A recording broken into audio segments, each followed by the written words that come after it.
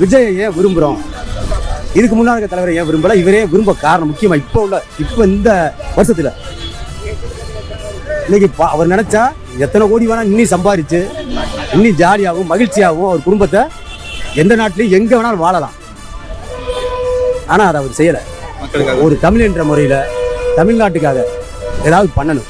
இதுக்கு முன்னால் வந்து நடிகர்கள்லாம் நான் வர்றேன், நீ வர்றேன், நான் பார்ப்பேன், நீ பார்ப்பேன்லாம் வந்தாங்க.